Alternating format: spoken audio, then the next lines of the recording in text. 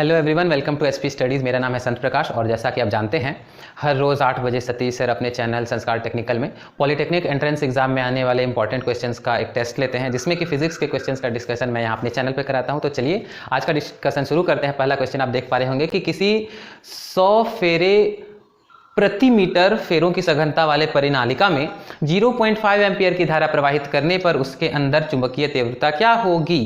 Options are 500 mu naught ampere per metre, 50 mu naught ampere per metre, 50 ampere per metre या फिर 200 ampere per metre. English में अगर question को मैं बोल दूं तो हो जाएगा what will be the magnetic intensity inside the solenoid of turn density 100 per meter when a current 0.5 ampere is flown through it। तो ये क्वेश्चन आई थिंक सबका गलत हुआ होगा। जो बहुत ही डीप पढ़ते होंगे उनका ही सही हुआ होगा। इसमें बस एक छोटा सा कैच है। वो कैच ये है कि यहां पर मैग्नेटिक इंटेंसिटी या चुंबकीय तीव्रता दी गई होगी और सारे लगभग सभी ने इसको चुंबकीय क्षेत्र तीव्रता समझा होगा। चुंबकीय क्षेत्र तीव्रता यानी कि मैग्नेटिक फील्ड इंटेंसिटी, जो कि एक सोलिनॉइड के अंदर होता है म्यू नॉट एन आई। समझ रहे हैं? ये आपको पता ही होगा कि B इज इक्वल टू होता है म्यू नॉट एन आई। यहां पर म्यू नॉट क्या है? म्यू नॉट को कहते हैं मुक्त आकाश की यानी कि निर्वात की चुंबकशीलता। इसको वैक्यूम की एक प्रॉपर्टी मानते हैं। तो अगर वैक्यूम का जो योगदान है उसको भी हटा लिया जाए, सिर्फ करंट का योगदान को कंसीडर किया जाए मैग्नेटिक फील्ड में, तो वो क्या हो जाएगा? Ni। इस Ni को ही बोलते हैं चुंबकीय तीव्रता और H से डिनोट करते हैं। Ni को H बोलते हैं, यानी कि B इज इक्वल टू होता है म्यू नॉट H। H को कहते हैं चुंबकीय तीव्रता। H का मान कितना है? Ni। तो बहुत ही सिंपल हो गया। N कितना है? 100 है और I कितना है? 0.5 है। मल्टीप्लाई कर दीजिए। 0.5 इंटू 100 कितना हो जाएगा? 50 एम्पियर प्रति मीटर। तो अगला थोड़ा एलियन क्वेश्चन होगा ये आपके लिए कि परिनालिका के अंदर रखे क्रोड के चुंबकन, जिसको M से डिनोट करते हैं, चुंबकीय प्रकृति काई और चुंबकीय तीव्रता जिसको कि H से डिनोट करते हैं, पिछले क्वेश्चन में मैंने आपको बताया था, है ना? चुंबकीय तीव्रता H के बारे में बताया था। इसके बीच संबंध क्या है, रिलेशन के बारे में बताना है। What is the relation between magnetisation, magnetic susceptibility of a core and the चुंबक and magnetic intensity inside a solenoid.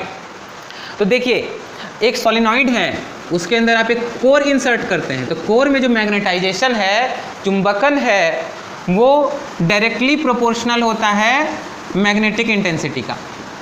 Magnetic intensity यानी Ni, जितनी ज़्यादा मैग्नेटिक इंटेंसिटी होगी उतना ही ज़्यादा मैग्नेटाइजेशन होगा। तो इक्वल करने के लिए आप एक कांस्टेंट लगाते हैं, वही कांस्टेंट काई होता है। तो यही रिलेशन है मैग्नेटाइजेशन M और मैग्नेटिक इंटेंसिटी के बीच, M इज इक्वल टू काई H।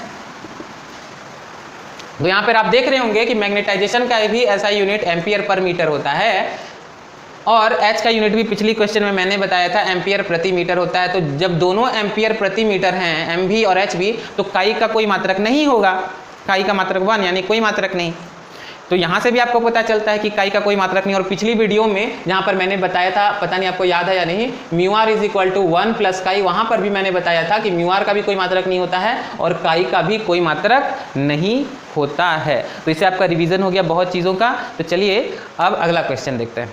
तो आपका क्विज का 8वां और फिजिक्स का तीसरा क्वेश्चन, जो कि बहुत इजी सा छोटा सा क्वेश्चन है। एक परिनालिका में धारा प्रवाहित करने पर अंदर उत्पन्न होता है, इंग्लिश में बोलूं तो एक सॉलिनॉइड में करंट फ्लो कराने पर अंदर क्या प्रोड्यूस होता है? एक समान चुंबकीय क्षेत्र यानी यूनिफॉर्म मैग्नेटिक फील्ड, या असमान चुंबकीय क्षेत्र यानी कि नॉन यूनिफॉर्म मैग्नेटिक फील्ड, या फिर एक समान विद्युत क्षेत्र यानी कि यूनिफॉर्म इलेक्ट्रिक फील्ड, या फिर डी, ए और सी दोनों यानी कि यूनिफॉर्म मैग्नेटिक फील्ड भी और यूनिफॉर्म इलेक्ट्रिक फील्ड भी ना। बहुत सारे स्टूडेंट डी करेंगे क्योंकि लोगों का रियलाइजेशन क्या होता है कि करंट फ्लो कर रहा है तो चार्ज फ्लो कर रहा है, और चार्ज फ्लो कर रहा है तो चार्ज के मूवमेंट से मैग्नेटिक फील्ड होता है। जनरली लोगों को ये बात पता होती है, लोग थोड़ा बहुत तो पढ़ते ही हैं, तो सबको पता होती है कि परिनालिका के अंदर एक समान चुंबकीय क्षेत्र डेवलप होता है, यूनिफॉर्म मैग्नेटिक फील्ड। तो ये क्वेश्चन बहुत आसान होता अगर इसमें डी नहीं होता। ठीक है, डी नहीं होता तो हर कोई ए ही करता, बट डी डालने से क्या लगता है कि अंदर तो चार्ज भी है, और चार्ज है तो इलेक्ट्रिक फील्ड भी होगा, तो ए और सी दोनों होगा, जबकि इलेक्ट्रिक फील्ड नहीं होगा, विद्युत क्षेत्र नहीं होगा। क्यों? क्योंकि जब एक परिनालिका से विद्युत धारा बह रही है तो आपको पता होना चाहिए कि जब एक तार से, एक वायर से करंट बहती है तो उसमें चार्ज डेवलप नहीं होता है, वो न्यूट्रल रहती है, क्योंकि इधर से 2 कूलम आया तो इधर से 2 कूलम निकल भी तो गया, जितना इधर से एंटर किया उतना उधर से निकल गया, तो ओवरऑल एक तार न्यूट्रल रहता है। और जब न्यूट्रल है तो उसमें कोई इलेक्ट्रिक फील्ड डेवलप नहीं होगा, परिनालिका के अंदर सिर्फ और सिर्फ यूनिफॉर्म मैग्नेटिक फील्ड डेवलप होता है, यानी कि ऑप्शन ए इज करेक्ट। तो अगला क्वेश्चन एक न्यूमेरिकल है। झारखंड बोर्ड में इस लेवल का क्वेश्चन कम पॉसिबल है, मगर बिहार वालों के लिए इंपॉर्टेंट है। ये है क्वेश्चन, ये है कि एक 2000 ओम प्रतिरोध का वोल्टमीटर 2 वोल्ट विभवांतर तक माप सकता है, ठीक है। तो इसकी क्षमता 10 वोल्ट तक बढ़ाने के लिए जोड़ना होगा 10,000 ओम प्रतिरोध समानांतर में, 10,000 ओम प्रतिरोध श्रेणी में, 8,000 ओम प्रतिरोध समानांतर में, या फिर 8,000 ओम प्रतिरोध श्रेणी में। इंग्लिश में अगर बोल दूं कि एक वोल्टमीटर है जिसका रेजिस्टेंस है 2000 ओम और ये 2 वोल्ट तक मेजर कर सकता है, उससे ज़्यादा नहीं कर सकता है, और आपको इसकी मेजर करने की कैपेसिटी 10 वोल्ट तक बढ़ानी है। आप चाहते हैं कि 10 वोल्ट तक पोटेंशियल डिफरेंस को मेजर करें, तो क्या करना होगा, 10 ओम रेजिस्टेंस को पैरेलल में जोड़ देना होगा, या फिर 10 ओम रेजिस्टेंस आपको सीरीज में जोड़ना होगा, या फिर 8000 ओम रेजिस्टेंस को पैरेलल में जोड़ना होगा, या फिर 8000 ओम रेजिस्टेंस को सीरीज में जोड़ना होगा। तो सीरीज और पैरेलल का डिसीजन तो आराम से ले सकते हैं, लेकिन मान क्या होगा उसके लिए एक फॉर्मूला है। मान लीजिए एक वोल्टमीटर है जिसका प्रतिरोध आप V से बढ़ा करके V' तक, जिसकी कैपेसिटी, जिसकी विभवांतर को मापने की क्षमता आप V से बढ़ा करके V' करना चाहते हैं, तो उसमें आपको जितने प्रतिरोध को जोड़ने की जरूरत पड़ेगी उसका मान होता है R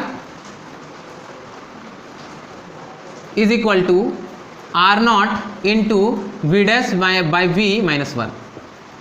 ये फॉर्मूला, जहां R0 क्या है उसका पहले का प्रतिरोध है, और V' क्या है उसके विभवांतर को मापने की नई क्षमता, और V क्या है उसके विभवांतर के मापने की पुरानी क्षमता। पुट कर दीजिए, R0 कितना है 2000 है, और नई क्षमता क्या है 10 वोल्ट, पुरानी क्या है 2 वोल्ट माइनस 1, तो 10/2 5 होता है, 5 माइनस 1 4 होता है, और 2000 इंटू 4 होता है 8000 ओम। तो ये तो पता चल गया आपको 8000 ओम जोड़ना है, सीरीज में या पैरेलल में।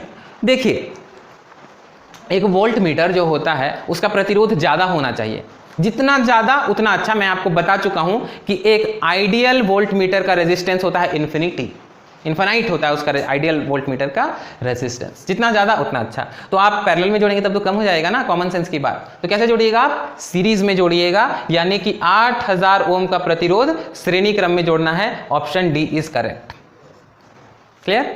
तो आज का आखिरी क्वेश्चन बहुत सिंपल सा क्वेश्चन है कि पदार्थ की चुंबकीय प्रकृति होती है, यानी कि जो मैग्नेटिक ससेप्टिबिलिटी है किसी पदार्थ की, मटेरियल की, वो परम तापक्रम की समानुपाती होती है, या परम तापक्रम का व्युत्क्रमानुपाती होती है, या फिर परम तापक्रम के वर्ग का व्युत्क्रमानुपाती होती है, या फिर इनमें से कोई भी ट्रू नहीं है। इंग्लिश में बोलूं तो एक मटेरियल की मैग्नेटिक ससेप्टिबिलिटी एब्सोल्यूट टेम्परेचर की डायरेक्टली प्रोपोर्शनल होती है, या फिर एब्सोल्यूट टेम्परेचर का इन्वर्सली प्रोपोर्शनल होती है, या फिर एब्सोल्यूट टेम्परेचर के स्क्वायर का इन्वर्सली प्रोपोर्शनल होती है, या फिर इनमें से कोई भी नहीं। तो इसका आंसर करना आपके लिए बहुत आसान होना चाहिए अगर आप कंटिन्यूअसली मेरी सीरीज को फॉलो कर रहे हैं, क्योंकि पिछली वीडियो में मैंने आपको बताया था कि क्यूरी लॉ के बारे में आपको बताया था कि मैग्नेटिक ससेप्टिबिलिटी जो है काई, वो होती है Curie constant into mu naught by T, जहाँ पर टी क्या है एब्सोल्यूट टेम्परेचर है। तो आप देख पा रहे होंगे कि जो मैग्नेटिक ससेप्टिबिलिटी है यानी चुंबकीय प्रकृति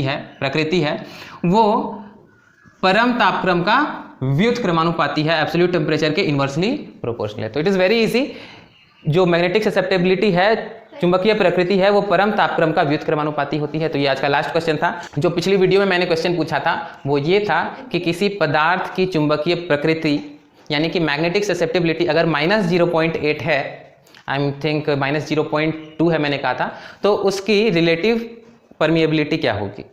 तो रिलेटिव परमिएबिलिटी यानी कि mu r is equal to होता है 1 प्लस काई, जहाँ काई है मैग्नेटिक ससेप्टिबिलिटी, राइट। तो 1 और काई का वैल्यू -0.2 पुट कर दीजिए, इससे आपको मिलता है 0.8। यानी अगर किसी सब्सटेंस की मैग्नेटिक ससेप्टिबिलिटी -0.2 है तो उसकी रिलेटिव परमिएबिलिटी होगी 0.8। और चलिए आज के लिए वीडियो में आपके लिए कोई क्वेश्चन नहीं है, thanks for watching, signing off.